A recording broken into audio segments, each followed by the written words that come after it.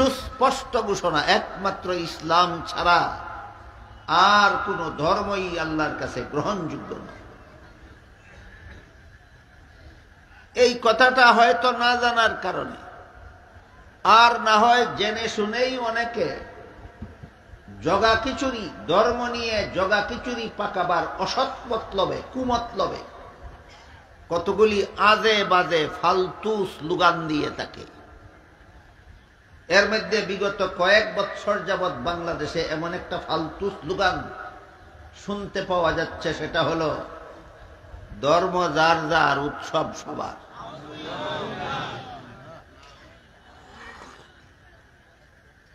ধর্ম যার যার, উৎসব যদি সবার হয়, তাহলে মূর্তি পূজার ধর্ম হিন্দুদের, দুর্গা পূজা হিন্দুদের উৎসব, সেখানে যদি মুসলমান মিষ্টি খেতে যায়, ঈদুল আজহা মুসলমানের উৎসব, সেখানেও হিন্দুদের আনুন গরুর গোশত খাওয়াবার জন্য,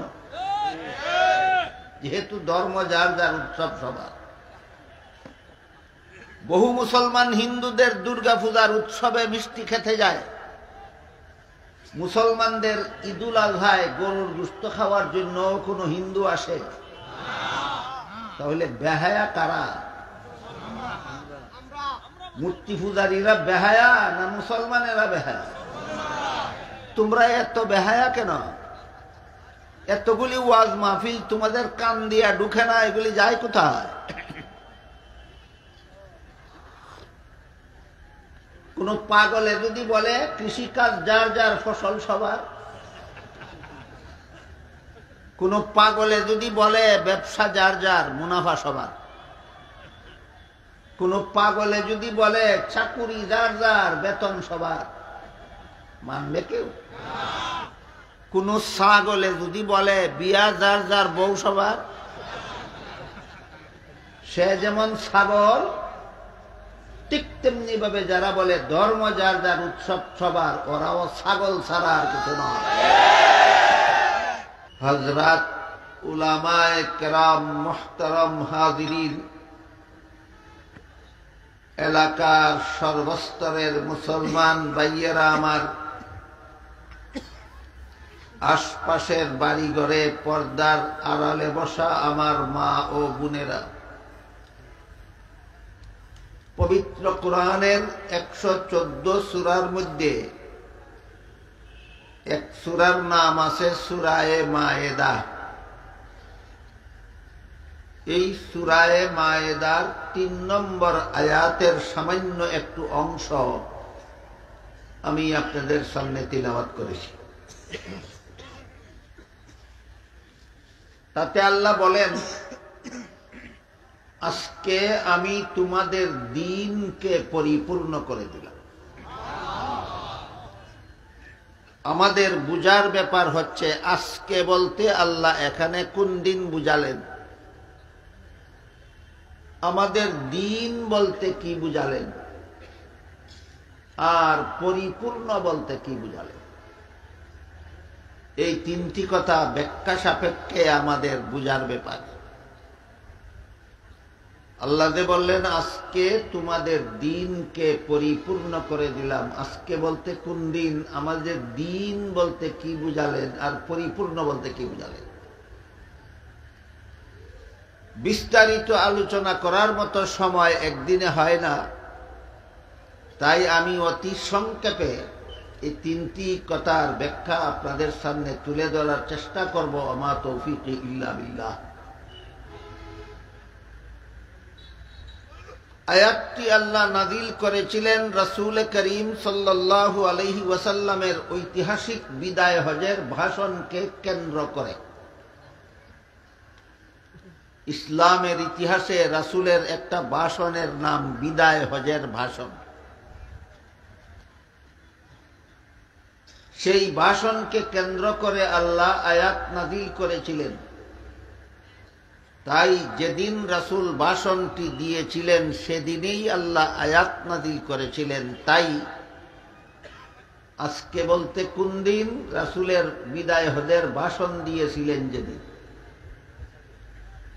আজকে তোমাদের দিনকে পরিপূর্ণ করে দিলাম, এই কথাটা আল্লাহ বলেছেন যেদিন রাসূল বিদায় হজের ভাষণ দিয়েছিলেন সেই দিন। সুতরাং আজকে বলতে কোন দিন? জবাব হলো রাসূলের বিদায় হজের ভাষণের দিন। রাসূল করিম সাল্লাল্লাহু আলাইহি ওয়াসাল্লাম দুনিয়া থেকে বিদায় হওয়ার 3 মাস আগে জীবনের শেষ হজ পালন করেছিলেন।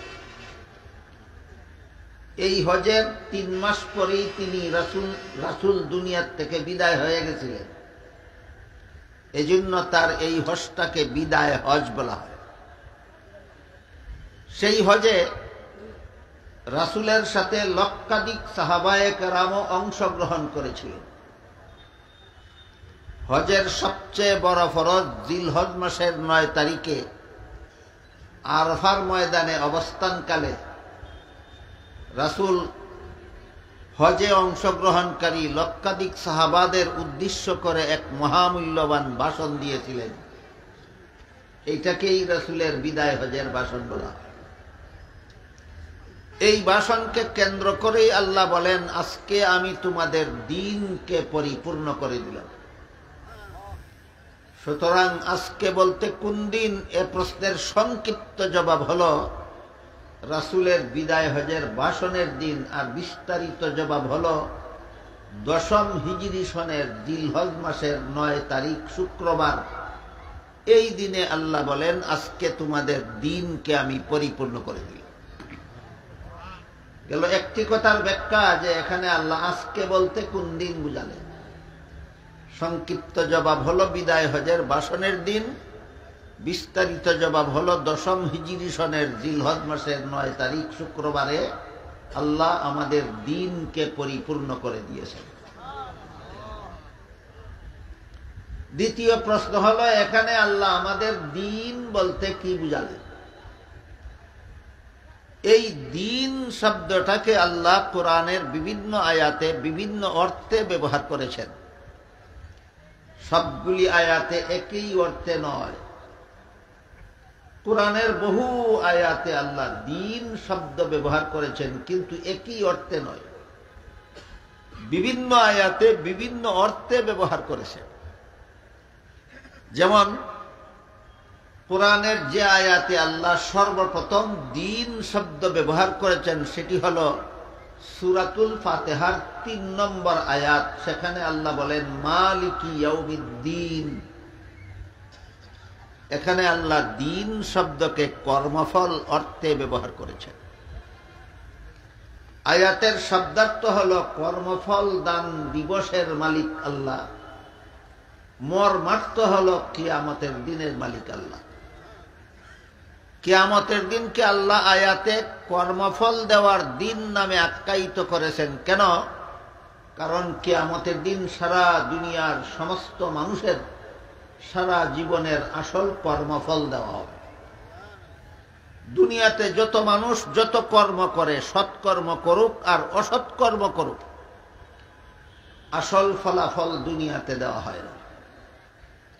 যারা দুনিয়াতে সৎকর্ম করে তাদের আসল ফলাফল ঘোষণা করা হবে হাসরের মাঠে, সেটা হলো জান্নাত। আর দুনিয়াতে যারা অসৎকর্ম করে তাদেরও আসল ফলাফল হাসরের মাঠে ঘোষণা করা হবে জাহান্নাম।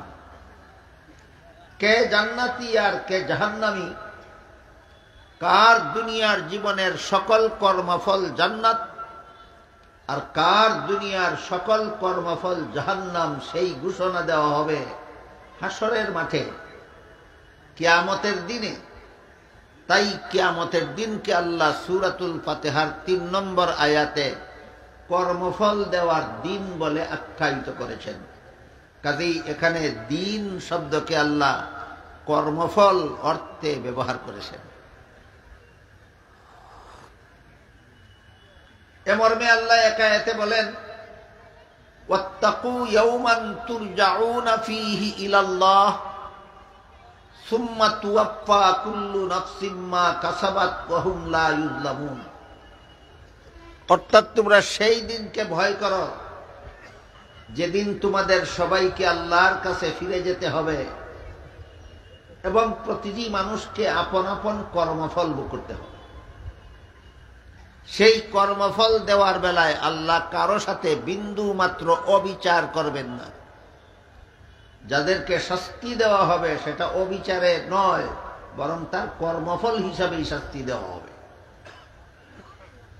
তাই কিয়ামতের দিনে আমার সকল কর্মফল আমাকে ভোগ করতে হবে, এই কথার ভয় যার অন্তরে যত বেশি জাগ্রত থাকে, সে দুনিয়ার জীবনে সকল প্রকার অসৎ কাজ থেকে তত বেশি দূরে থাকে। কিয়ামতের হিসাব নিকাশের ভয় যাদের অন্তরে যত কম থাকে, তারা তত অসৎ কর্মে লিপ্ত থাকে। এই মৌলিক কথাটা বুঝলে এবং স্মরণ রাখলে আমরা অনায়াসেই বুঝতে পারি যে দুনিয়াতে অসৎ কর্ম থেকে যত দূরে থাকে তার অন্তরে কিয়ামতের হিসাব নিকাশের ভয় তত বেশি আছে।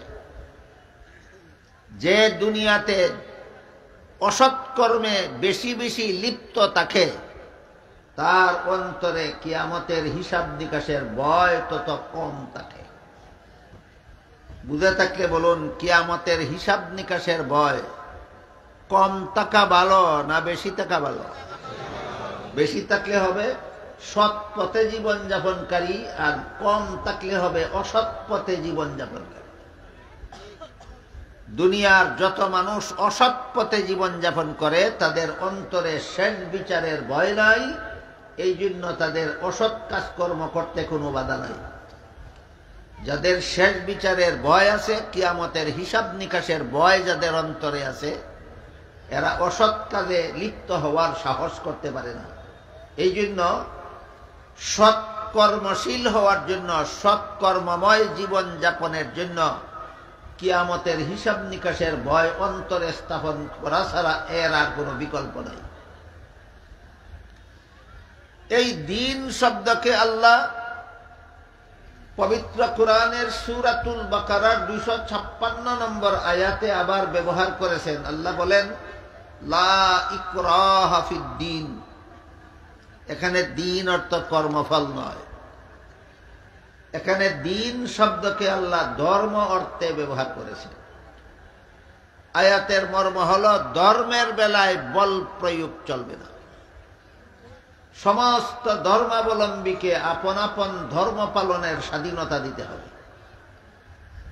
কাজেই লা ইকরাহা ফিদ্দীন আয়াতে দিন শব্দ কর্মফল অর্থে নয়, আল্লাহ ধর্ম অর্থে ব্যবহার করেছেন। ধর্মের বেলায় সবাই স্বাধীন, কেউ কারো ধর্ম পালনে বাধা দিতে পারবে না, কেউ কাউকে বল প্রয়োগে ধর্মান্তরিত করতে পারবে না, বরং সমস্ত ধর্মাবলম্বী হবে আপন আপন ধর্ম পালনে স্বাধীন। এই মর্মে আল্লাহ বলেছেন, লা ইকরাহা ফিদ্দীন। এই আয়াতাংশ বোঝা মাত্রই অনেকের মনে একটা প্রশ্ন জাগে, যেহেতু আল্লাহ সূরাতুল বাকারার 256 নম্বর আয়াতে সমস্ত ধর্মাবলম্বীদেরকে আপন আপন ধর্ম পালনের স্বাধীনতা ঘোষণা করেছেন, তাহলে কি সবগুলি ধর্মই আল্লাহর কাছে গ্রহণযোগ্য? এই প্রশ্নটা জাগে। তাহলে কি সবগুলি ধর্মই আল্লাহর কাছে গ্রহণযোগ্য? এই প্রশ্নের পরিষ্কার জবাব পাওয়া যায় সূরা আলে ইমরানের 85 নম্বর আয়াত। সেখানে আল্লাহ বলেন, মান ইয়াবতাগি গায়রাল ইসলামি দীনান ফালান ইউকবালা মিনহু ওয়া হুয়া ফিল আখিরাতি মিনাল খাসিরিন। ও ভাইয়েরা, আপনারা এখানে মধ্যখানে দাঁড়ায় রইলেন কেন? মনে চাইলে বসবেন, না চাইলে চলে যাবেন। মধ্যখানে দাঁড়ায় থাকলে অন্যদের ডিস্টার্ব হয়। আপনাদের উঠা বসা বন্ধ হোক, তারপরে কথা বলি। যাদের এতই প্রয়োজন ছিল উঠে চলে যাওয়ার, 5 মিনিট আগে গেলেন না কেন? বয়ান শুরু করার পরে উঠতেছেন কেন? এই বয়ানের দরকার আপনাদের না থাকলে বলবেন আমাদের এই বয়ানের দরকার নাই, আমি কেন বয়ান করতে যাব? উঠা বসা বন্ধ হোক, তারপরে কথা বলব।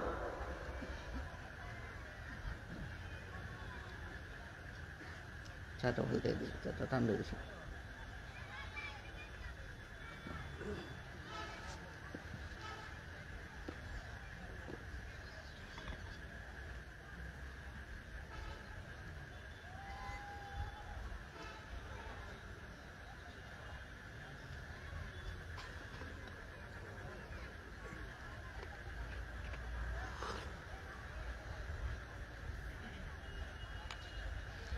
সূরা আলে ইমরানের 85 নম্বর আয়াতে আল্লাহ বলেন, মান ইয়াবতাগি গায়রাল ইসলামি দীনান ফালান ইউকবালা মিনহু। এর মর্ম হলো ইসলাম ছাড়া আর কোনো ধর্মই আল্লাহর কাছে গ্রহণযোগ্য নয়। ঘোষণাটা কি অস্পষ্ট না সুস্পষ্ট? সুস্পষ্ট ঘোষণা। একমাত্র ইসলাম ছাড়া আর কোনো ধর্মই আল্লাহর কাছে গ্রহণযোগ্য নয়।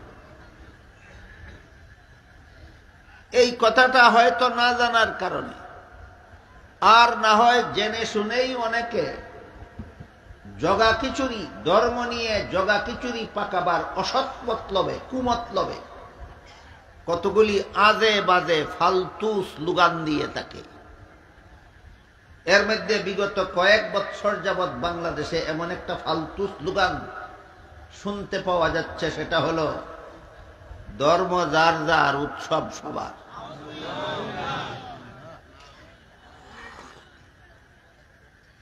ধর্ম যার যার, উৎসব যদি সবার হয়, তাহলে মূর্তি পূজার ধর্ম হিন্দুদের, দুর্গা পূজা হিন্দুদের উৎসব, সেখানে যদি মুসলমান মিষ্টি খেতে যায়, ঈদুল আজহা মুসলমানের উৎসব, সেখানেও হিন্দুদের আনন গরুর গোশত খাওয়াবার জন্য, যেহেতু ধর্ম যার যার, উৎসব সবার। বহু মুসলমান হিন্দুদের দুর্গা পূজার উৎসবে মিষ্টি খেতে যায়, মুসলমানদের ঈদুল আজহায় গরুর গোশত খাওয়ার জন্য কোনো হিন্দু আসে? তাহলে বেহায়া কারা? মূর্তি পূজারীরা বেহায়া না মুসলমানেরা বেহায়া? তোমরা এত বেহায়া কেন? এতগুলি ওয়াজ মাহফিল তোমাদের কান দিয়া ঢুকে না, এগুলি যায় কোথায়? কোন পাগলে যদি বলে কৃষিকাজ যার যার, ফসল সবার, কোন পাগলে যদি বলে ব্যবসা যার যার, মুনাফা সবার, কোন পাগলে যদি বলে চাকুরি যার যার, বেতন সবার, মানবে কেউ? কোন ছাগলে যদি বলে বিয়া যার যার, বউ সবার, সে যেমন ছাগল, ঠিক তেমনি ভাবে যারা বলে ধর্ম যার যার, উৎসব সবার, ওরাও ছাগল ছাড়া আর কিছু নয়। ধর্ম নিয়ে এমন পাগলামি সাগলামি কেন চলে? কারণ আল্লাহ যে সূরা আলে ইমরানের 85 নম্বর আয়াতে বলে দিয়েছেন, একমাত্র ইসলাম ছাড়া আর কোনো ধর্মই আল্লাহর কাছে গ্রহণযোগ্য নয়। এটা হয়তো জানে না, আর না হয় মানে না। হয়তো জানে না, আর না হয় না জানলেও বেঈমান, না মানলেও বেঈমান। ইসলাম ছাড়া আর কোন ধর্ম আল্লাহর কাছে গ্রহণযোগ্য নয়, কথাটা না জানলেও বেঈমান, না মানলেও বেঈমান। এজন্য প্রতিটি মুসলমানের জানা থাকতে হবে। সূরার নাম, আয়াত নম্বর জানা আপনার দরকার নাই, শুধু এতটুকু জানতে হবে যে আল্লাহ কোরআনে বলেছেন একমাত্র ইসলাম ছাড়া আর কোন ধর্মই আল্লাহর কাছে গ্রহণযোগ্য নয়। এবার আরেকটা প্রশ্ন জাগে, ইসলাম ছাড়া আর কোন ধর্মই যদি আল্লাহর কাছে গ্রহণযোগ্য না হয়, তাহলে কেন লা ইকরাহা ফিদ্দীন বললেন?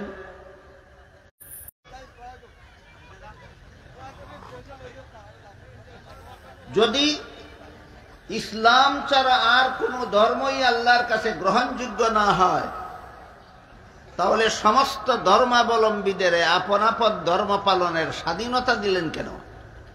আর স্বাধীনতাই যদি দিলেন তাহলে গ্রহণযোগ্য হবে না কেন? এই প্রশ্নের জবাবটাও সমস্ত মুসলমানদের জানা থাকা দরকার। একটা সহজ উদাহরণের মাধ্যমে আমরা বুঝতে পারি, সেটা হলো যে কোনো শিক্ষা প্রতিষ্ঠানে ছাত্রদেরকে শিক্ষাদানের পর যখন পরীক্ষা নেওয়া হয়, ছাত্ররা যখন পরীক্ষার হলে প্রশ্নপত্র হাতে নিয়ে বসে, আপনারা বলুন তো সকল পরীক্ষার্থীরাই কি প্রশ্নের সঠিক জবাব লেখে? না অনেকে ভুলও লেখে? যারা ভুল লেখে তাদেরকে কি বাধা দেওয়া হয়? কেন বাধা দেওয়া হয় না? ভুল লেখলেও পাশ করবে। তাহলে যেই ভুল লেখার দ্বারা পাশ করবে না এমন লিখতে বাধা দেওয়া হয় না কেন? আর বাধাই যদি দেওয়া হয় না তাহলে পাশ করবে না কেন? প্রশ্ন তো সেখানেও আসে। ওই প্রশ্নের যেই জবাব এই প্রশ্নের সেই জবাব। পরীক্ষার হলে কোন পরীক্ষার্থী ছাত্র প্রশ্নের জবাব ভুল লেখলে গ্রহণযোগ্যতার কারণে বাধা দেওয়া হয় না তা নয়, নিয়ম রক্ষার জন্য বাধা দেওয়া হয় না। ভুল লেখা গ্রহণযোগ্য নয়, কিন্তু বাধা দেওয়ার নিয়ম নাই।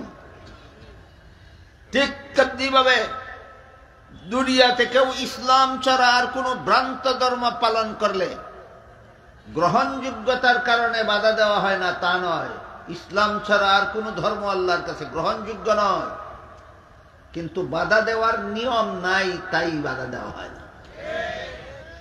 এই সুযোগে যদি কোনো পরীক্ষার্থী ছাত্র প্রশ্নের জবাব ইচ্ছা মতো ভুল লেখে, তাহলে যেভাবে তার কপালে গুড়ার ডিম ছাড়া আর কিছু নাই, ঠিক তেমনি ভাবে এই সুযোগে যদি কেউ ইচ্ছা মতো যে কোনো ধর্ম পালন করে তার কপালেও পরকালে আল্লাহ বলেন ওয়াহুয়া ফিল আখিরাতি মিনাল খাসিরিন, তার কপালেও জাহান্নাম ছাড়া আর কিছু নাই। এই হলো ধর্ম সম্পর্কে মোটামুটি যে কথাগুলি সমস্ত মুসলমানদের জানা থাকা দরকার, অতি সংক্ষেপে সেই কথাগুলি আপনাদের সামনে তুলে ধরলাম। মালিক ইয়াউমিদ্দিন আয়াতে আল্লাহ দিন শব্দকে কর্মফল অর্থে ব্যবহার করেছেন। লা ইকরাহা ফিদ্দিন আয়াতে আল্লাহ দিন শব্দকে ধর্ম অর্থে ব্যবহার করেছেন। ভুলে যাবেন না, এরপরে আরো কয়েকটা অর্থ আসছে। সূরা শুরার 13 নম্বর আয়াতে আল্লাহ বলেছেন আকিমুদ্দিন, এখানেও দিন শব্দ ব্যবহৃত হয়েছে। এখানের দিন শব্দ কর্মফল অর্থেও নয়, ধর্ম অর্থেও নয়। আকিমুদ্দিন আয়াতে দিন শব্দ কর্মফলের অর্থেও আল্লাহ ব্যবহার করেননি, ধর্ম অর্থেও ব্যবহার করেননি। এখানে আল্লাহ দিন শব্দকে আল্লাহ ব্যবহার করেছেন ইসলামের সহি আকীদা বুঝাবার জন্য। সহি আকীদার বাংলা হলো বিশুদ্ধ মতবাদ। সহি আকীদার বাংলা আপনারা আগে বলুন, কোনটা বললে আপনারা সহজে বুঝবেন? ইসলামের বিশুদ্ধ মতবাদ। আল্লাহ বলেছেন আকিমুদ্দিন, ইসলামের বিশুদ্ধ মতবাদে অটল থাকো। এই আয়াত কেন নাজিল করেছিলেন? কারণ রাসূল করিম সাল্লাল্লাহু আলাইহি ওয়াসাল্লামের যুগেও যথেষ্ট মানুষ এমন ছিল যারা দাবি করত তাদের ধর্ম ইসলাম, কিন্তু মতবাদ ছিল ভ্রান্ত। ইসলামের নামে ভ্রান্ত মতবাদের অবকাশ এই মুসলমানদের সমাজে নাই।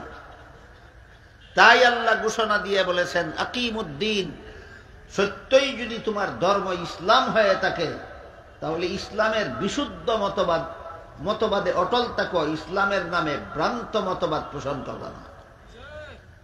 আমাদের বর্তমান সমাজে ইসলামের নামে বহু ভ্রান্ত মতবাদ চালু আছে।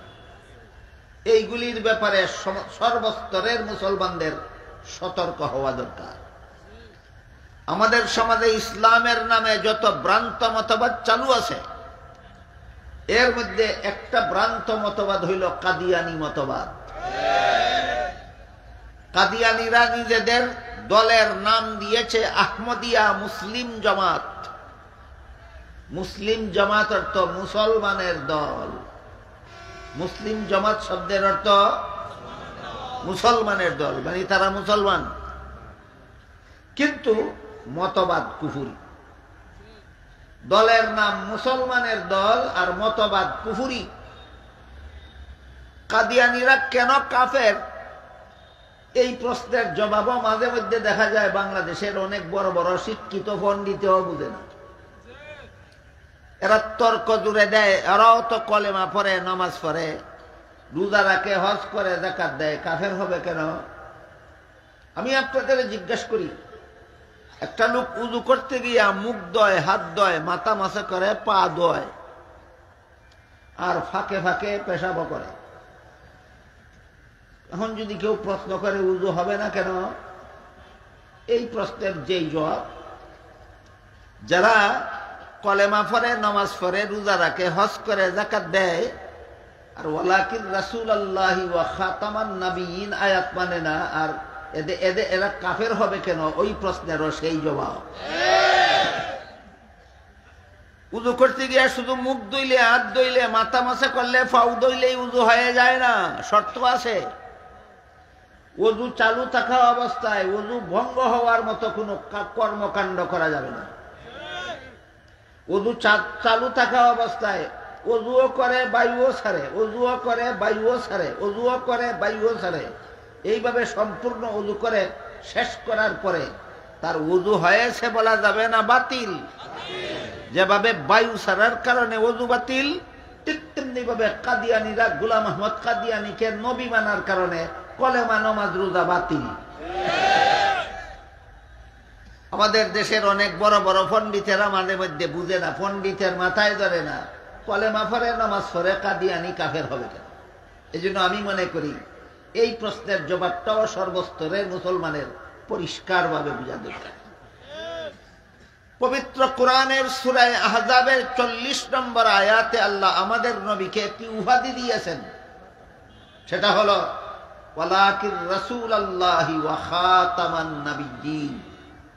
এই খাতামান নাবিয়্যিন উপাধিটা মনে রাখুন কোরআনের ভাষায়, বাংলা অর্থ আমি পরে বলব।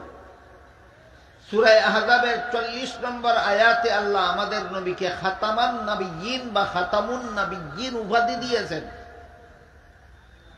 সূরার নাম, আয়াত নম্বর ভুলে যাবেন না। সূরা আহজাবের 40 নম্বর আয়াতে আল্লাহ আমাদের নবীকে কি উপাধি দিয়েছেন? খাতামুন নাবিয়্যিন। এবার শুনুন এর অর্থ কি।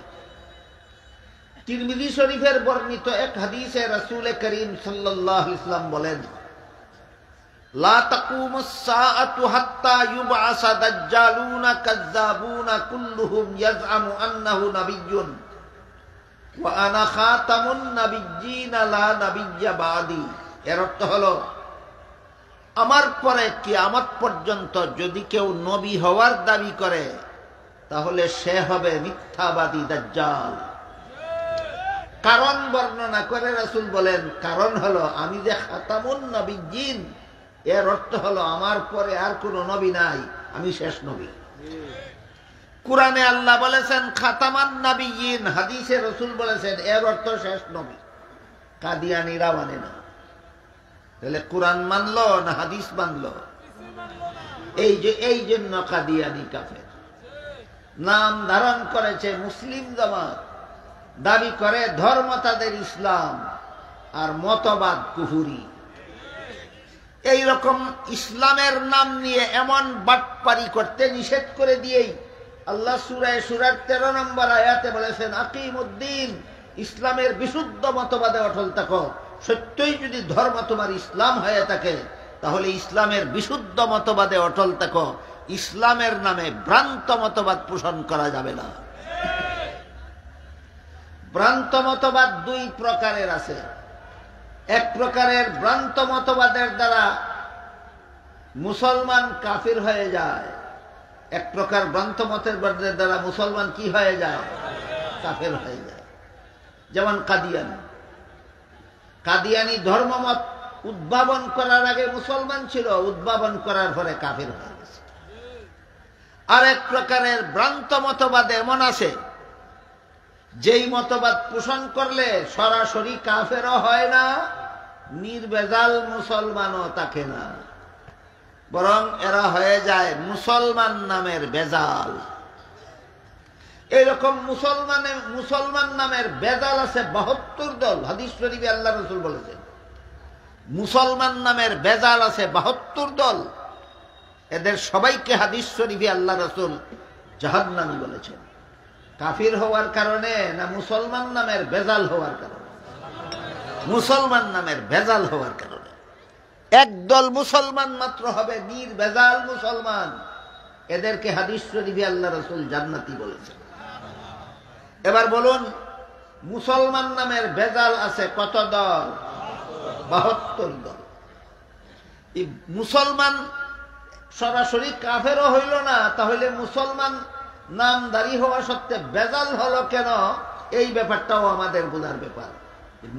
মুসলমান কাফের হইল না, তাইলে তার মুসলমানি বেদলটা কোথায়? এর একটি উদাহরণ হলো আল্লাহ পাক রব্বুল আলামিন সূরাতুল বাকারার 124 নম্বর আয়াতে বলেছেন, লা ইয়ানালু আহদিজ জালিমিন। এর অর্থ হলো গুনাহগারদেরকে আমি নবী বানাই না। কাদেরকে নবী বানান না? গুনাহগারদেরকে নবী বানাই না। আর আমি যাদেরকে নবী বানাই তারা জীবনে কোনোদিন গুনাহ করে না। এই জন্য ইসলামের বিশুদ্ধ মতবাদ হলো সমস্ত নবী রসুলগণ আজীবন বেগুনাহ। আমি জানি না আপনাদের কি মতবাদ। ইসলামের বিশুদ্ধ মতবাদ হলো সমস্ত নবী রসুলগণ আজীবন বেগুনাহ। কেন? যেহেতু সূরাতুল বাকারার 124 নম্বর আয়াতে আল্লাহ বলেছেন গুনাহগারদেরকে নবী বানাই না, আর যাদেরকে নবী বানাই তারা কোনোদিন গুনাহ করে না। এই আয়াতের ভিত্তিতে ইসলামের বিশুদ্ধ মতবাদ হলো সমস্ত নবী রাসূলগণ আজীবন বেগুনাহ হয়ে থাকেন। কিন্তু আমাদের বর্তমান সমাজের মুসলমানদের মধ্যে এমন যথেষ্ট লোক আছে যারা বিভিন্ন নবীর জীবনের বিভিন্ন ঘটনাকে মন গড়া ভ্রান্ত ব্যাখ্যার মাধ্যমে নবীগণকে গুনাহগার সাব্যস্ত করে। এদের মধ্যে প্রথমে রয়েছেন হযরত আদম আলাইহিস সালাম। কতগুলি ভ্রান্তপন্থী মুসলমান বিভিন্ন নবীর জীবনের বিভিন্ন ঘটনাকে ভ্রান্ত ব্যাখ্যার মাধ্যমে যে সমস্ত নবীগণকে গুনাহগার সাব্যস্ত করে, এদের মধ্যে 1 নম্বরে আছেন হযরত আদম আলাইহিস সালাম। আদম আলাইহিস সালামের জীবনের কোন ঘটনার অপব্যাখ্যার মাধ্যমে ওরা তাকে গুনাহগার সাব্যস্ত করে? সেটা হলো জান্নাতে নিষিদ্ধ গাছের ফল খাওয়ার ঘটনা। আমি আশা করি আপনারা অবশ্যই জীবনে কোনো না কোনো আলেমের মুখে শুনে থাকবেন। কোরআনের বিভিন্ন আয়াতে আল্লাহ বর্ণনা দিয়েছেন আদম আলাইহিস সালামকে সৃষ্টি করার পর পৃথিবীতে পাঠাবার আগে কিছুদিনের জন্য জান্নাতে বসবাস করতে দিয়েছিলেন। সেখানে আদমকে আল্লাহ সব গাছের ফলমূল খেতে অনুমতি দিয়ে একটি মাত্র গাছের ফল খেতে আল্লাহ নিষেধ করেছিলেন। কিন্তু শেষ পর্যন্ত ইবলিসের দুকায় পড়ে আদম নিষিদ্ধ গাছের ফল খেয়েছিলেন, এই বিবরণ কোরআনেই আছে, একাধিকবার আছে। এবার বুঝে থাকলে বলুন, আদমকে জান্নাতে একটি গাছের ফল খেতে আল্লাহ নিষেধ করেছিলেন কিনা? শেষ পর্যন্ত ইবলিসের দুকায় পড়ে আদম সেই নিষিদ্ধ গাছের ফল খেয়েছিলেন কিনা? এই বিবরণ কোরআনে আছে। এখন যারা স্বঘোষিত পণ্ডিত, কিছু লোক আছে মুসলমানদের মধ্যে স্বঘোষিত পণ্ডিত, আর কিছু লোক আছে মুসলমানদের মধ্যে স্বঘোষিত আমির। কেউ স্বঘোষিত পণ্ডিত, কেউ স্বঘোষিত আমির। স্বঘোষিত আমিরদের মধ্যে বর্তমান দুনিয়ার একজন চরম বিতর্কিত আমির হলেন মৌলানা সাদ সাহেব। ইনি কি রাসূলের পদ্ধতিতে মনোনীত আমির না স্বঘোষিত আমির? ইনিও এমন একজন পণ্ডিত যিনি বিভিন্ন নবীর জীবনের বিভিন্ন ঘটনাকে মন গড়া ব্যাখ্যা করে ওদেরকে গুনাহগার সাব্যস্ত করেন। এভাবে কিছু স্বঘোষিত আমির জন্মায় মাঝে মধ্যে মুসলমান সমাজে, আর কিছু স্বঘোষিত পণ্ডিত জন্ম হয় মুসলমান সমাজের মধ্যে।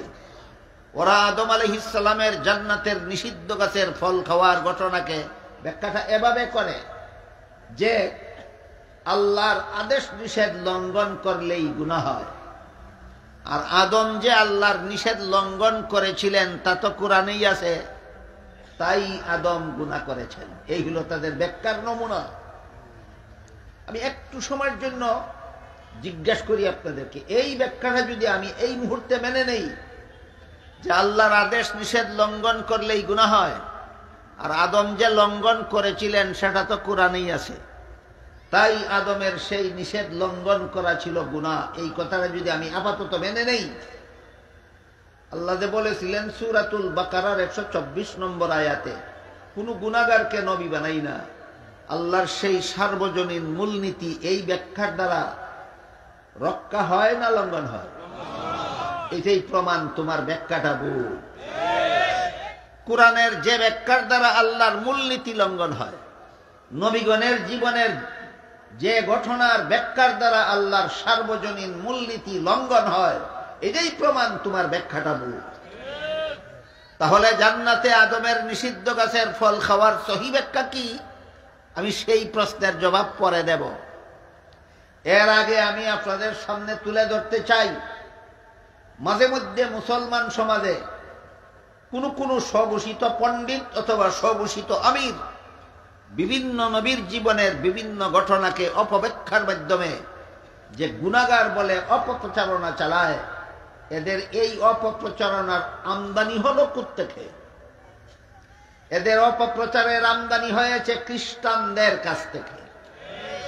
নবীগণকে গুনাহগার মনে করা মুসলমানি আকীদা নয়, ইসলামী মতবাদ নয়। নবীগণকে গুনাহগার মনে করা খ্রিস্টানদের মতবাদ। এবার শুনুন তার প্রমাণ। বাংলাদেশের স্বাধীনতা লগ্ন থেকে খ্রিস্টানদের একটা সংগঠন বাংলাদেশের মুসলমানদের মধ্যে খ্রিস্ট ধর্ম প্রচারের কাজ করে যাচ্ছে। সংগঠনটার নাম হলো খ্রিস্টান মিশনারি বাংলাদেশ। এই খ্রিস্টান মিশনারি বাংলাদেশের পক্ষ থেকে বাংলা ভাষায় তাদের ধর্মীয় অনেকগুলি পুস্তক পুস্তিকা তারা প্রকাশ করেছে। তোর মধ্যে খ্রিস্টানদের প্রকাশিত একটি পুস্তিকা বাংলা ভাষায় প্রকাশিত, পুস্তিকাটির নাম হলো কোরআনের আলোকে বেহেশতে যাওয়ার পথ। যেহেতু কোরআনেই আছে আদম নিষিদ্ধ গাছের ফল খেয়েছিলেন, এই কথাটা দলিল হিসাবে গ্রহণ করেছে, এই জন্য বইয়ের নাম দিয়েছে কোরআনের আলোকে বেহেশতে যাওয়ার পথ। এই বইয়ে খ্রিস্টানেরা লিখেছে প্রথম নবী আদম প্রথম পাপিষ্ট। কি ছিল আদমের পাপ? খ্রিস্টানেরা তাদের বইয়ে লিখেছে জান্নাতে নিষিদ্ধ গাছের ফল খাওয়া ছিল আদমের পাপ। তারপরে দ্বিতীয় যে কথাটা তাদের বইয়ে লিখেছে সেটা হলো এই পাপিষ্ট আদমের বংশে যত নবী জন্মগ্রহণ করেছে সবগুলি নবী জন্মগত পাপিষ্ট। কি ছিল অন্যান্য নবীর পাপ? বইয়ে লিখেছে পাপিষ্ট আদমের বংশে জন্ম হওয়াটাই ছিল অন্যান্য নবীর পাপ। আপনারা বলুন, কেউ কি নিজের ইচ্ছায় কোনো বংশে জন্ম হয় না আল্লাহর ইচ্ছায়? জন্ম হওয়াটা জন্মগ্রহণকারীর পাপ হয় কিভাবে? এটা কোনো ধর্মের কথা হবে দূরের কথা, এটা তো কোনো সাধারণ বিবেকবানেরও কথা নয়, এটা গাঞ্জাকুর ছাড়া আর কারো কথা হতে পারে না। খ্রিস্টানদের ধর্ম মতে কতগুলি গাঁজাকুরি কথাকে ধর্মের নামে তারা চালিয়ে দিয়েছে। এরপরে তারা লেখে শেষ পর্যন্ত আল্লাহ একজন নবীকে নিষ্পাপ বানাবার জন্য তাকে আর পাপিষ্ট আদমের বংশে জন্ম না দিয়ে স্বয়ং আল্লাহর ঔরসে জন্ম দিয়ে। আরেকটা গাঞ্জাকুরি কথা, তিনি পাপিষ্ট আদমের বংশে জন্ম না হয়ে আল্লাহর ঔরসে জন্ম হওয়ার কারণে এই একজন নবী হলেন নিষ্পাপ, তিনি হলেন হযরত ঈসা আলাইহিস সালাম।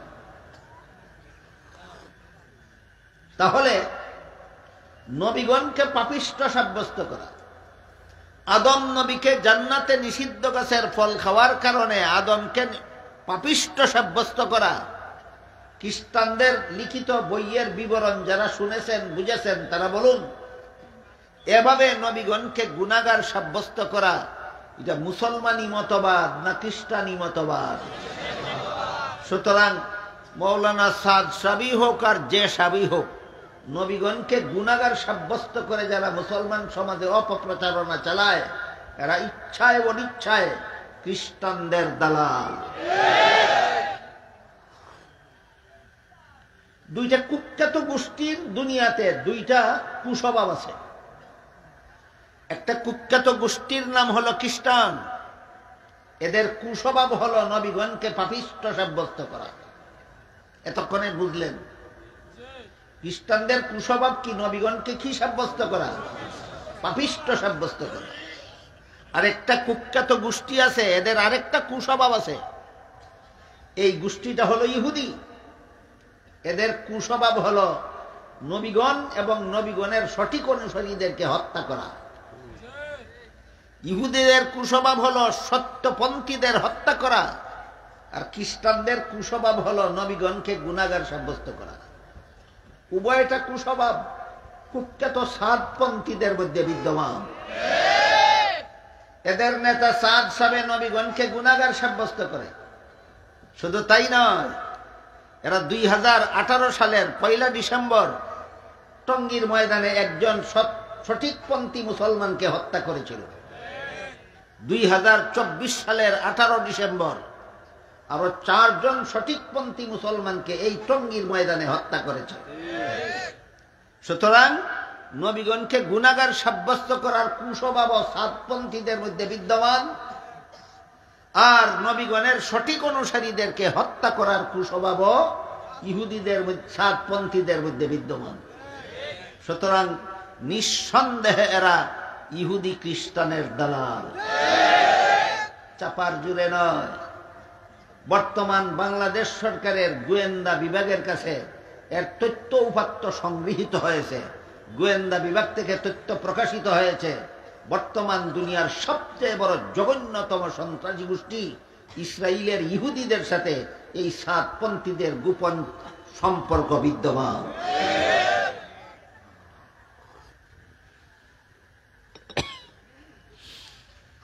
তাহলে এবার আমরা বোঝার চেষ্টা করি, নবীগণকে গুনাহগার সাব্যস্ত করা মুসলমানি মতবাদ না খ্রিস্টানি মতবাদ?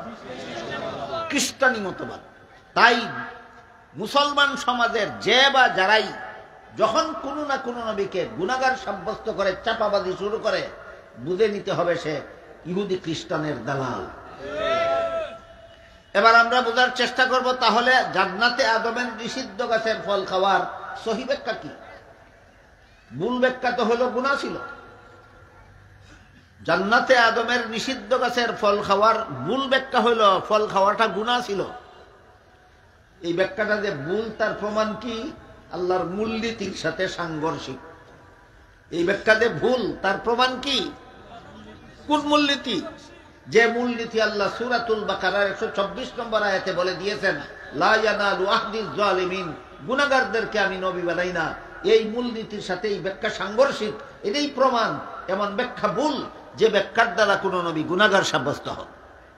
তাই এবার প্রশ্ন জাগে, তাহলে জান্নাতে আদমের নিষিদ্ধ গাছের ফল খাওয়ার সহি ব্যাখ্যা কি? বিগত 1300 বছরের ইতিহাসে সঠিকপন্থী মুসলমানদের নাম হলো আহলে সুন্নাত ওয়াল জামাত। সঠিকপন্থী মুসলমানদের পরিচয় আহলে সুন্নাত ওয়াল জামাত। তবে এখানেও কিছু কথা আছে। যেমন ভাবে কাদিয়ানীরা কাফিরের দল হয়েও নিজেদের দলের নাম দিয়েছে মুসলমানের দল, ঠিক তেমনি ভাবে কিছু লোক বেদাতীদের দল হয়েও নিজেদের নাম দিয়েছে আহলে সুন্নাত ওয়াল জামাত। যেমন ভাবে কাদিয়ানীরা আসলেই মুসলমানের জামাত নয়, মুসলমানের দল নয়, সরল মুসলমানকে দুঃখা দেওয়ার জন্য এই মুসলমানের দল নামের মুখোশ ধারণ করেছে, ঠিক তেমনি ভাবে বেদাতীরা আহলে সুন্নাত ওয়াল জামাত নয়, সরল মুসলমানকে দুঃখা দেওয়ার জন্য এরা আহলে সুন্নাত ওয়াল জামাত নামের মুখোশ ধারণ করেছে। কোন আহলে সুন্নাত ওয়াল জামাত এর দাবিদারকে যদি কোনো বেদাতি কর্মকাণ্ডে লিপ্ত দেখেন, তাহলে বুঝবেন ও কাদিয়ানীদের মতো দুঃখাবাজ। কাদের মতো দুঃখাবাজ? কাদিয়ানীদের মতো দুঃখাবাজ। এরকম দুঃখাবাজ আহলে সুন্নাত ওয়াল জামাতের কথা বলছি না, সত্যিকারের আহলে সুন্নাত ওয়াল জামাত মুসলমানের একটি মাত্র দল, যাদেরকে আল্লাহ রাসূল জান্নাতি মুসলমান বলে আখ্যায়িত করেছেন, যাদের ইসলাম ভেজাল নয়, যাদের ইসলাম নির্ভেজাল। এইরকম আহলে সুন্নাত ওয়াল জামাতের নির্ভেজাল আকীদার অনুসারী মুসলমানদের যারাই বিগত 1300 বছরের ইতিহাসে কুরআন শরীফের তাফসীর লিখেছেন, প্রায় সকল তাফসীরে উল্লেখ আছে আদমের নিষিদ্ধ জান্নাতে নিষিদ্ধ গাছের ফল খাওয়ার বিভিন্ন সহি ব্যাখ্যা। বলুন, আদমের জান্নাতে নিষিদ্ধ গাছের ফল খাওয়ার সহি ব্যাখ্যা তাফসীরের কিতাবে লেখা নাই না লেখা আছে? একটা মাত্র ব্যাখ্যা না বিভিন্ন ব্যাখ্যা? বিভিন্ন ব্যাখ্যা লেখা আছে। এর মধ্যে থেকে আজকের মতো আমি আপনাদের একটা ব্যাখ্যা শোনাই। তাফসীরের কিতাবাদিতে লেখা আছে, মানুষের কোনো কাজে সওয়াব হয়, কোনো কাজে গুনাহ হয়, দুনিয়ার জীবনে মানুষের কোনো কাজে সওয়াব হয়, কোনো কাজে গুনাহ হয়। কোন জীবনে? জান্নাতি জীবনের কোনো কাজে সওয়াব নাই, গুনাহ নাই। জান্নাতি জীবনের কোনো কাজে সওয়াব নাই, গুনাহ নাই। এবার বলুন, আদম নিষিদ্ধ গাছের ফল খেয়েছিলেন কোন জীবনে? এর সাথে সওয়াবেরও কোনো সম্পর্ক নাই, গুনাহেরও কোনো সম্পর্ক নাই। এই ব্যাখ্যাটা কি আল্লাহর মূলনীতির সাথে সাংঘর্ষিক হয় না অনুকূলে হয়? এটাই প্রমাণ ব্যাখ্যাটা শুদ্ধ। এটাই কিসের প্রমাণ? ব্যাখ্যাটা শুদ্ধ। বলুন তো, দুনিয়ার জীবনে কোন মুসলমান যদি 4-এর চেয়ে বেশি বউ একত্রে ঘরে রাখে, হালাল না হারাম? 4-এর বেশি বউ একত্রে রাখা সওয়াবের কাজ না গুনার কাজ? হাদিস শরীফে রাসূল বলেছেন, জান্নাতে এক একজন মুসলমানকে কমপক্ষে 72 জন বউ দেওয়া হবে। ওইটা কিভাবে হালাল হবে? এই প্রশ্নের যেই জবাব আদম আল্লাহর নিষেধ লঙ্ঘন করলেন, কেন গুনাহ হবে না, ওই প্রশ্নের সেই জবাব। আমি কি বুঝাতে পারলাম বিষয়টা? বলুন, আপনাদেরকে যে জান্নাতে 72 জন স্ত্রী দেওয়া হবে, 4-এর বেশি স্ত্রী রাখা তো হারাম, সেটা হালাল হবে কিভাবে? একই জবাব। আদম নিষিদ্ধ গাছের ফল খেলেন, গুনাহ হলো না কেন, এই প্রশ্নের কি জবাব? একই জবাব। চাপাবাজরা এখানে এসে বলে, জান্নাতে নিষিদ্ধ গাছের ফল খাওয়া আদমের গুনাহ না হয়ে থাকলে এই ঘটনাকে কেন্দ্র করে আল্লাহ তাকে জান্নাত থেকে বের করে দিলেন কেন? এটা হলো চাপাবাজি। যখন দলিল দিয়া পারে না, তখন চাপাবাজি শুরু করে। এটা হলো চাপাবাজি। আমি চাপাবাজির জবাব পরে দেব। আগে জিজ্ঞাসা করি আপনাদের, রমজান মাসের দিনের বেলায় কোন রোজাদার জোহরের নামাজ পড়ার জন্য ওযু করতে গিয়ে কুলি করার সময় যদি অনিচ্ছাবশত 2-1 ফোঁটা পানি তার পেটে চলে যায়, গুনাহ হবে? এখন যদি চাপাবাজ বলে গুনাহ না হলে কাজা করতে হবে কেন, ওই প্রশ্নের যেই জবাব, আদমের নিষিদ্ধ গাছের ফল খাওয়া গুনাহ না হলে জান্নাত থেকে বের করে দুনিয়াতে পাঠালেন কেন, এই প্রশ্নেরও সেই জবাব। আমার প্রশ্নের যেই জবাব, তোমার প্রশ্নের সেই জবাব। গেল জান্নাতে আদমের নিষিদ্ধ গাছের ফল খাওয়ার একটা সহি ব্যাখ্যা। কি সে ব্যাখ্যা? এটা জান্নাতি জীবনের ঘটনা, যার সাথে সওয়াব গুনার কোনো সম্পর্ক নাই। এটা জান্নাতি জীবনের ঘটনা, যার সাথে সওয়াব গুনার কোনো সম্পর্ক নাই। 2 নম্বর সহি ব্যাখ্যা, দুনিয়ার জীবনেও কেউ যদি আল্লাহর নিষিদ্ধতার কথা ভুলে গিয়ে নিষেধ লঙ্ঘন করে, দুনিয়াতেও গুনাহ হয় না। যেমন কোন রোজাদার দিনের বেলায় রোজার কথা ভুলে গিয়ে খানাফিনা করেই ফেলল। 1-2 জন মাঝে মধ্যে প্রথম 2-4 দিন রমজান মাসে এমন করে কিনা, রোজার কথা ভুলে গিয়ে খানাফিনা করেই ফেলে। বুঝে থাকলে বলুন, কি পরিমাণ গুনাহ হয়? গুনাহ হবে না কেন? ভুলে গিয়ে খেয়েছে। আল্লাহ আদমের নিষিদ্ধ গাছের ফল খাওয়া সম্পর্কেও বলেন, ফানাসিয়া আদম, আদম ভুলে গেল। তুমি ভুলে গেলে গুনাহ হয় না, আর তোমার বাবার বাবার বাবা 14 গোষ্ঠীর বাবা আদমে ভুলে গেলে গুনাহ হয়। তুই বেটা নবীর জীবনী শিখছস কোথা থেকে, আর কোরআন শিখছস কার কাছ থেকে? এভাবে বিভিন্ন সহি ব্যাখ্যা মুফাসসিরিন কেরাম তাফসীরের কিতাবে লিখেছেন, যেই ব্যাখ্যাগুলি সহি হওয়ার এটাই জ্বলন্ত প্রমাণ যে তাদের ব্যাখ্যা আল্লাহর সার্বজনীন মূলনীতির সাথে সাংঘর্ষিক হয় না। তাই নবীগণকে গুনাহগার সাব্যস্ত করা এটা মুসলমানি মতবাদ নয়, এটা ইসলামের নামে ভ্রান্ত মতবাদ। এমন ভ্রান্ত মতবাদ যে মতবাদের দ্বারা পরিষ্কারভাবে কাফেরও হয় না, আবার নির্বেজাল মুসলমানও থাকে না। আমাদের সমস্ত মুসলমানদের মনে রাখতে হবে, যারা নবীগণকে গুনাহগার সাব্যস্ত করে এরা সরাসরি কাফেরও হয় না, আবার নির্বেজাল মুসলমানও থাকে না। এর একটা উদাহরণ দিচ্ছি, শুনুন। একটা গ্লাসের মধ্যে 1 কাপ দুধ রাখলেন, কি পরিমাণ দুধ? আর 1 চামচ কেরোসিন। দুধ কি পরিমাণ, কেরোসিন কি পরিমাণ? এবার দুধটা হলো পিওর না মিক্স? মিক্স। এটাকে পিওর দুধও বলা যায় না, পিওর কেরোসিনও বলা যায় না, এটা ভেজাল দুধ। ঠিক তেমনি ভাবে যে মুসলমান নবীরে গুনাহগার কয় সে পিওর কাফেরও না, পিওর মুসলমানও না, এটা ভেজাল মুসলমান। এক কাপ দুধের মধ্যে এক চামচ কেরোসিন ঢেলে দিলে পিওর দুধ নয়, মিক্স দুধ, ভেজাল দুধ, কিন্তু পান করার যোগ্য থাকে না। ঠিক তেমনি ভাবে কি এক গ্লাস দুধের মধ্যে এক চামচ কেরোসিন ঢেলে দিলে পান করার যোগ্য থাকে না। ঠিক তেমনি ভাবে নবীগণকে গুনাহগার সাব্যস্ত করলে পিওর কাফিরও না, পিওর মুসলমানও না, কিন্তু এটা জান্নাতে যাওয়ার যোগ্য থাকে না, এটা জাহান্নামের যোগ্য হয়ে যায়। এতক্ষণে আমি আপনাদের দিন শব্দের 3টি অর্থ শুনালাম। মালিক ইয়াউমিদ্দিন আয়াতে দিন অর্থ কর্মফল, লা ইকরাহা ফিদ্দিন আয়াতে দিন অর্থ ধর্ম, আকিমুদ্দিন আয়াতে দিন অর্থ ইসলামের সহিহ আকীদা, ইসলামের বিশুদ্ধ মতবাদ। ইসলামের নামে ভ্রান্ত মতবাদ পোষণ করো না, এই নির্দেশ দিয়ে আল্লাহ সূরায়ে সূরার 13 নম্বর আয়াতে বলেছেন আকিমুদ্দিন, ইসলামের নামে ভ্রান্ত মতবাদ পোষণ করবে না। ইসলাম যদি তোমার ধর্ম হয় তাহলে ইসলামের বিশুদ্ধ মতবাদে অটল থাকো। আকিমুদ্দিন অর্থ ইসলামের বিশুদ্ধ মতবাদে অটল থাকো। আশ্চর্য ব্যাপার হলো, যারা নবীগণকে গুনাহগার বলে প্রচার করে বেড়ায়, তারাই আকিমুদ্দিন আয়াতকে মনোগ্রাম বানিয়ে নিজেদের বুকে লাগায়। তাহলে আকিমুদ্দিন আয়াতে এই কি শিক্ষা দেওয়া হয়েছে? নবীগণকে গুনাহগার সাব্যস্ত করো না নবীগণকে বেগুনাহ মানো? তো নবীগণকে বেগুনাহ মানে যারা, তারা আকিমুদ্দিন আয়াত মনোগ্রাম বানাবে। তোমরা যারা নবীগণকে গুনাহগার সাব্যস্ত করো, তোমাদের অধিকার নাই আকিমুদ্দিন আয়াত ব্যবহার করার, হায়া লজ্জা থাকলে। ওরা যদি আপনাদের বলে, আল্লাহ কোরআনে বলেছেন আর সব মুসলমান ঐক্যবদ্ধ হও, যারা এই ধরনের ইসলামের নামে ভ্রান্ত মতবাদ পোষণ করে, এরা প্রায় সময় মুসলমানদেরকে বলে বেড়ায় মুসলমান ঐক্যবদ্ধ হও। আল্লাহ কোরআনে বলেছেন ওয়াতাসিমু বিহাবলিল্লাহি জামিআন ওয়া লা তাফাররাকু।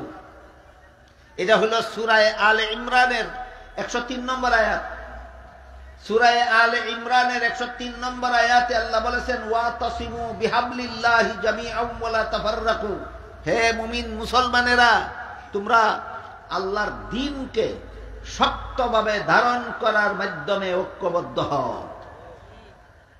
আল্লাহর দ্বীনকে শক্তভাবে ধারণ করার মাধ্যমে আল্লাহ আমাদেরকে ঐক্যবদ্ধ হতে বলেছেন।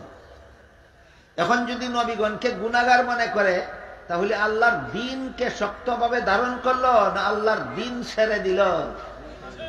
তোমাদের সাথে কোনো মুসলমানকে ঐক্যবদ্ধ হওয়ার কথা এই আয়াতে বলা হয়নি। যারা নবীগণকে বেগুনাহ মানে তাদের সাথে ঐক্যবদ্ধ হওয়ার কথা তোমাদের বলা হয়েছে। এখানে কাণ্ডটা চলছে উল্টা। যারা নবীগণকে গুনাহগার মনে করে, এরা যারা বেগুনাহ মনে করে তাদেরকে ঐক্যের দাওয়াত দেয়, হায়া লজ্জা নয়। নবীগণকে বেগুনাহ মানে যারা, তারা যারা গুনাহগার বলে তাদের সাথে ঐক্যবদ্ধ হওয়ার কথা আল্লাহ কোরআনে বলেননি।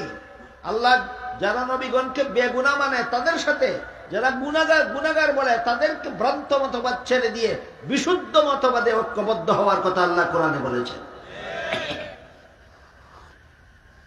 কাজী এদের মুখে ঐক্যের নামে এই দুখায় পড়বেন না কোন মুসলমান।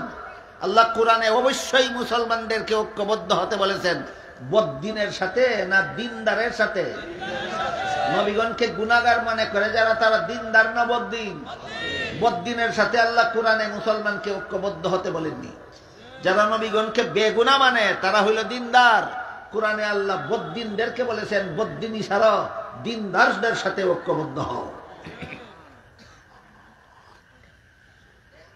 আপনারা যদি বলেন ধৈর্যের সাথে আরো কয়েক মিনিট শুনবেন, তাহলে দিন শব্দের 4 নম্বর অর্থটা বলব। দিন শব্দের 1 নম্বর অর্থ হলো কর্মফল। দিন শব্দের 2 নম্বর অর্থ হলো ধর্ম। দিন শব্দের 3 নম্বর অর্থ হলো ইসলামের বিশুদ্ধ মতবাদ। দিন শব্দের 4 নম্বর অর্থ হলো ইসলামের বিধিবিধান। 4 নম্বর অর্থটা কি? ইসলামের বিধিবিধান। এই মর্মে আল্লাহ সূরা মায়েদার ৩ নম্বর আয়াতে বলেন, আল ইয়াউমা আকমালতু লাকুম দীনাকুম, আজকে আমি তোমাদের দ্বীনকে পরিপূর্ণ করে দিলাম। এবার বলুন, এখানে দ্বীন অর্থ ইসলামের বিধিবিধান। আল ইয়াউমা আকমালতু লাকুম দীনাকুম আয়াতাংশে আল্লাহ দ্বীন শব্দকে ইসলামের বিধিবিধান অর্থে ব্যবহার করেছেন। এখানে দ্বীন অর্থ কর্মফল নয়, এখানে দ্বীন অর্থ ধর্মও নয়, এখানে দ্বীন অর্থ বিশুদ্ধ মতবাদ নয়, এখানে দ্বীন অর্থ ইসলামের বিধিবিধান। কাজেই আল ইয়াউমা আকমালতু লাকুম দীনাকুম আয়াতের অর্থ হলো, আজকে আমি তোমাদের ইসলামের বিধিবিধানকে পরিপূর্ণ করে দিলাম। ইসলামের বিধিবিধান পরিপূর্ণ মানে কি? ইসলামের বিধিবিধান পরিপূর্ণ কথার যত ব্যাখ্যা আছে, মুফাসসিরিনে কেরাম তাফসীরের কিতাবে বিস্তারিত ব্যাখ্যা বিশ্লেষণ লিখেছেন। সবগুলির সারমর্ম হলো, ইসলামের বিধিবিধান মানব জীবনের সব সমস্যার সমাধান। ইসলামের বিধিবিধান পরিপূর্ণ, এর সকল ব্যাখ্যার সারমর্ম কি? ইসলামের বিধিবিধান মানব জীবনের সব সমস্যার সমাধান। মানব জীবনের সব সমস্যার সমাধান ইসলামের বিধিবিধান। তবে মানব জীবনের সব সমস্যার সমাধান কথার একটু তারতম্য আছে। অন্যান্য নবীর ধর্ম ও ইসলাম, আদম আলাইহিস সালামের মাধ্যমে আল্লাহ দুনিয়ার মানুষের কাছে ইসলাম ধর্মই প্রচার করেছিলেন। নূহ আলাইহিস সালামের মাধ্যমেও ইসলাম ধর্মই প্রচার করেছিলেন। ইব্রাহিম আলাইহিস সালামের মাধ্যমেও ইসলাম ধর্ম প্রচার করেছিলেন। মুসা আলাইহিস সালামের মাধ্যমেও ইসলাম ধর্ম প্রচার করেছিলেন। ঈসা আলাইহিস সালামের মাধ্যমেও ইসলাম ধর্ম প্রচার করেছিলেন। যেমন ভাবে মুহাম্মদুর রাসূলুল্লাহর মাধ্যমে ইসলাম ধর্মই প্রচার করেছেন। বুঝে থাকলে এবার বলুন, সকল নবীর প্রচারিত ধর্ম একমাত্র ইসলাম। এই কথাটা সকল মুসলমানের জীবন ভর মনে রাখতে হবে। সকল নবীর প্রচারিত ধর্মের নাম ইসলাম। তাহলে এবার বুঝে শুনে বলুন, যারা ইসলাম ধর্ম পালন না করে অন্য যে কোনো ধর্ম পালন করে, তাদের নবীকে, সকল নবী যদি ইসলাম ধর্ম প্রচার করে থাকেন, তাহলে অন্য ধর্ম যে পালন করে তার নবীকে, কোন নবী নাই, কোন নবী নাই। এদের ধর্ম কোন নবীর প্রচারিত ধর্ম নয়। এদের ধর্ম এদের মন গড়া ধর্ম। এদের ধর্ম এদের মন গড়া ধর্ম। এই জন্য আল্লাহ সূরা আলে ইমরানের 85 নম্বর আয়াতে বলে দিয়েছেন, একমাত্র ইসলাম ছাড়া আর কোন ধর্মই আল্লাহর কাছে গ্রহণযোগ্য নয়। কাজেই সকল নবীর প্রচারিত ধর্মই যেহেতু ইসলাম, আর ইসলামের বিধিবিধান পরিপূর্ণ কথার অর্থ হল, ইসলামের বিধিবিধান মানব জীবনের সব সমস্যার সমাধান। এইরকম সব সমস্যার সমাধান হওয়ার বেলায় অন্যান্য নবীর প্রচারিত ইসলামের সব সমস্যার সমাধান হওয়া আর মুহাম্মদুর রাসূলুল্লাহর ইসলামের বিধিবিধানের সব সমস্যার সমাধান হওয়ায় একটা আকাশ পাতাল ব্যবধান আছে। একটু কঠিন হবে, একটু মনোযোগে শুনতে হবে, বুঝলে এর মজাটা টের পাবেন। অন্যান্য নবীর ইসলামের বিধিবিধান যার যার যুগের সকল সর্বলোকের সব সমস্যার সমাধান। নূহ নবীর ইসলামের বিধিবিধান তার যুগের সর্বলোকের সব সমস্যার সমাধান। ইব্রাহিম আলাইহিস সালামের প্রচারিত ইসলামের বিধিবিধান তার যুগের সর্বলোকের সব সমস্যার সমাধান। মুসা আলাইহিস সালামের ইসলামের বিধিবিধান তার যুগের সর্বলোকের সব সমস্যার সমাধান। ঈসা আলাইহিস সালামের প্রচারিত ইসলামের বিধিবিধান তার যুগের সর্বলোকের সব সমস্যার সমাধান। কিন্তু মুহাম্মদুর রাসূলুল্লাহর প্রচারিত ইসলামের বিধিবিধান তার যুগের নয়, সর্বযুগের সর্বলোকের সব সমস্যার সমাধান। পার্থক্যটা কি বুঝাতে পারলাম? অন্যান্য নবীর প্রচারিত ইসলামের বিধিবিধান আপন আপন যুগের সর্বলোকের সব সমস্যার সমাধান। মুহাম্মদুর রাসূলুল্লাহর প্রচারিত ইসলামের বিধিবিধান সর্বযুগের সর্বলোকের সব সমস্যার সমাধান। এখন একটা প্রশ্ন জাগে যে মুহাম্মদুর রাসূলুল্লাহর প্রচারিত ইসলামের বিধিবিধান যদি সর্বযুগের সর্বলোকের সব সমস্যার সমাধান হয়ে থাকে, তাহলে আমাদের বর্তমান আধুনিক বিশ্বে নূতন একটা সমস্যা দেখা দিয়েছে। এর সমাধান কুরআন হাদিসের কোথাও পাওয়া যায় না কেন? সেটা হলো, আধুনিক বিশ্বে আযান দেওয়া হয় মাইকের মাধ্যমে, একামত মাইকের মাধ্যমে দেওয়া হয়। কোন সময় জামাত বড় হলে নামাজও মাইকের মাধ্যমে পড়া হয়। তাই আধুনিক যুগের একটা সমস্যা হলো, একটা প্রশ্ন হলো, মাইকে আযান দেওয়া জায়েজ না না জায়েজ? মাইকে একামত দেওয়া জায়েজ না না জায়েজ? মাইকে নামাজের জমাত পড়া জায়েজ না না জায়েজ, এই প্রশ্নের জবাব কোরআনের কোনো আয়াতেও পাওয়া যায় না, রাসূলের কোনো হাদিসেও পাওয়া যায় না। তাহলে মুহাম্মদুর রাসূলুল্লাহর প্রচারিত ইসলামের বিধিবিধান সর্বযুগের সর্বলোকের সব সমস্যার সমাধান হলো কিভাবে? প্রশ্নটা কি আমি আপনাদের বুঝাতে পারলাম? এই প্রশ্নের জবাব রয়েছে সূরা নিসার 59 নম্বর আয়াতে। এই প্রশ্নের জবাব রয়েছে কোন সূরার কত নম্বর আয়াতে? 59 নম্বর আয়াতে। সূরা মায়েদার 3 নম্বর আয়াতে আল্লাহ শুধু ঘোষণা দিয়েছেন ইসলামের বিধিবিধান সর্বযুগের সর্বলোকের সব সমস্যার সমাধান। পদ্ধতিটা এখানে বলা হয়নি, পদ্ধতিটা আল্লাহ বলে দিয়েছেন সূরা নিসার 59 নম্বর আয়াতে।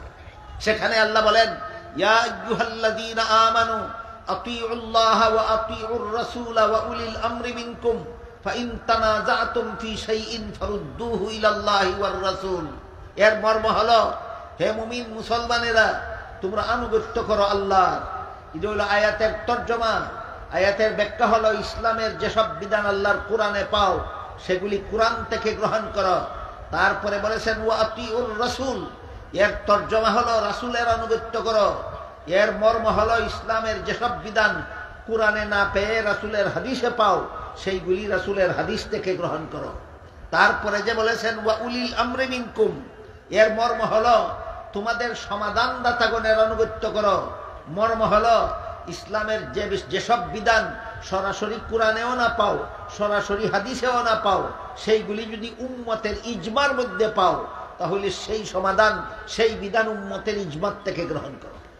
এখানে আরেকটু খুলাসা না করলে আপনাদের কথাটা বুঝে আসবে না। মানব জীবনের কতগুলি সমস্যার সরাসরি সমাধান কোরআনে দেওয়া হয়েছে, এগুলি কোরআন থেকে গ্রহণ করতে বলা হয়েছে। আর কতগুলি সমস্যার সমাধান সরাসরি রাসূলের হাদিসে দেওয়া হয়েছে, সেইগুলির সমাধান রাসূলের হাদিস থেকে গ্রহণ করতে বলা হয়েছে। অধিকাংশ বিধিবিধান সরাসরি কোরআনে এবং হাদিসে বর্ণিত হয়নি, কোরআন হাদিসের আলোকে গবেষণা করে বের করার জন্য একদল মানুষের হাতে দায়িত্ব দেওয়া হয়েছে। সেই দায়িত্বটা দিয়েছেন আল্লাহ সূরা নিসার 83 নম্বর আয়াতে। যাদের হাতে দায়িত্ব দেওয়া হয়েছে, সরাসরি কোরআন হাদিসে সমাধান দেওয়া হলো না, তোমরা কোরআন হাদিসের আলোকে গবেষণা করে সমাধান বের করো, এদেরকে মুস্তাহিদ বলা হয়, এদের গবেষণাকে ইজতিহাদ বলা হয়, এদের গবেষণার মূলনীতিকে কিয়াস বলা হয়। এভাবে সমাধান বের করাকে কোরআন হাদিসের ভাষায় ইস্তেমবাত বলা হয়। উদাহরণ শুনলে আরো ক্লিয়ার হবে কথা আপনাদের। যেসব বিধান সরাসরি কোরআনে দেওয়া হয়েছে এর মধ্যে ইসলামের একটি বিধান হলো রমজান মাসে রোজা রাখা ফরজ। আল্লাহ সরাসরি কোরআনে বলেছেন। বুঝে থাকলে বলেন ইসলামের বিধান রমজান মাসে রোজা রাখা ফরজ, বিধানটা পেলাম কোথায়? আল্লাহর কোরআনে। এই মর্মে আল্লাহ বলেছেন আতিউল্লাহ, ইসলামের যে বিধান আল্লাহর কোরআনে পাও সেটা কোরআন থেকে গ্রহণ করো। কিন্তু রমজান মাসে কতদিন রোজা রাখা ফরজ, এই প্রশ্নের জবাব কোরআনে আল্লাহ দেননি। হাদিস শরীফে রাসূল বলেছেন যেই বছর রমজান মাসের 29 তারিখ বিকালবেলা ঈদের চাঁদ দেখা যাবে না সেই বছর 30 দিন রোজা রাখা ফরজ। আর যেই বছর রমজান মাসের 29 তারিখ বিকালবেলা নতুন চাঁদ দেখা যাবে সেই বছর 29 দিন রোজা রাখা ফরজ। এবার বলুন কোন বছর রমজান মাসে 30 দিন রোজা রাখা ফরজ আর কোন বছর রমজান মাসে 29 দিন রোজা রাখা ফরজ? এই প্রশ্নের সমাধান পেলাম কোথায়? রাসূলের হাদিসে। তারপরে লক্ষ্য করুন, রাসূলের ইন্তেকালের পরে রাসূলের প্রথম খলিফা কে হবেন? এই প্রশ্নের জবাব কোরআনের কোনো আয়াতে নাই, রাসূলের কোনো হাদিসেও সুস্পষ্টভাবে বলা হয়নি যে আমার পরে আবু বকর হবে আমার প্রথম খলিফা। এরকম পরিষ্কার সমাধান রাসূলের হাদিসেও নাই। এবার ওই ওয়া উলিল আমরি মিনকুম সূরা নিসার 59 নম্বর আয়াতে আল্লাহ বলেছিলেন কোরআনেও পাও না হাদিসেও পাও না এমন বিষয়ের সমাধান মুস্তাহিদগণ গবেষণা করে বের করো।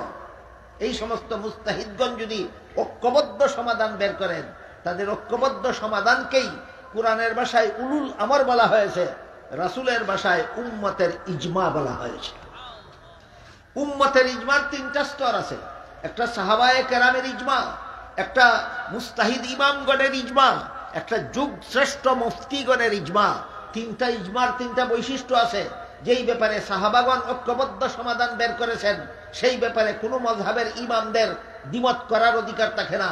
যেই ব্যাপারে মযহাবের ইমামগণ ঐক্যবদ্ধ সমাধান দিয়েছেন সেই ব্যাপারে দুনিয়ার কোনো আলেমের দ্বিমত করার অধিকার থাকে না।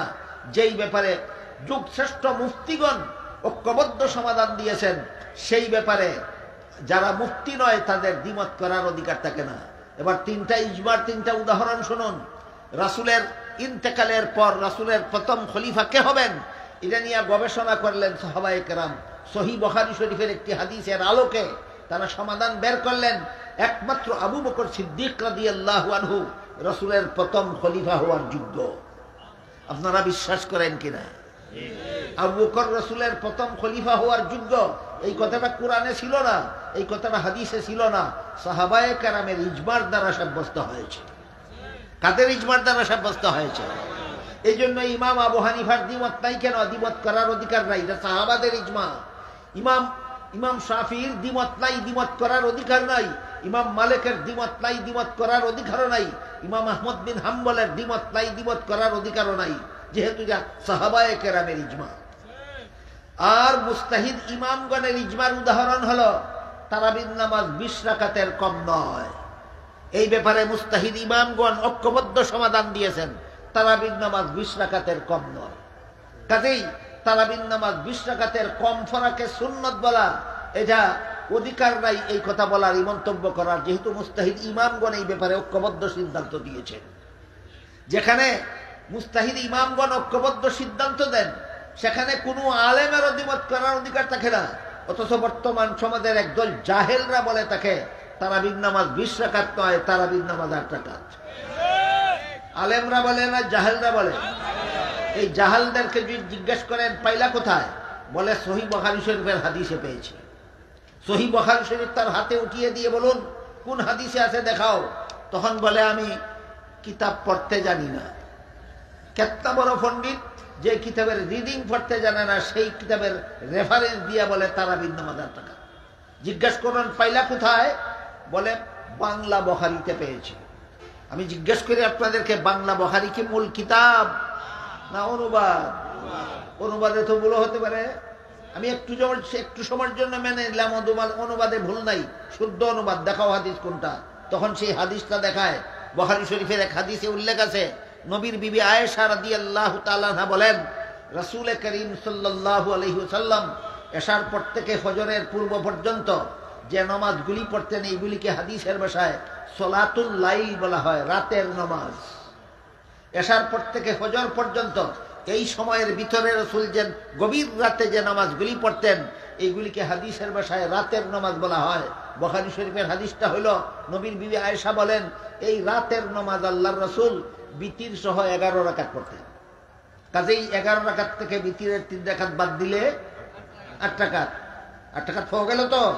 যেই হাদিসে এই 8 রাকাতের কথা পাওয়া গেছে, এই হাদিসে উল্লেখ আছে এই 8 রাকাত নামাজ রাসূল 12 মাসেই পড়তেন। এখন কি হলো? এখন ঘটনাটা কি হলো বলুন? বুখারী শরীফের যে হাদিসে আছে রাসূল 8 রাকাত পড়তেন, কোন মাস? 12 মাসের 8 রাকাতের নাম তাহাজ্জুদ, তারাবি না তাহাজ্জুদ? তাহলে বাট পারে কিসের হাদিস দিয়া কিসের দলিল দিল? তাহাজ্জুদের হাদিস দিয়া তারাবির দলিল দিল।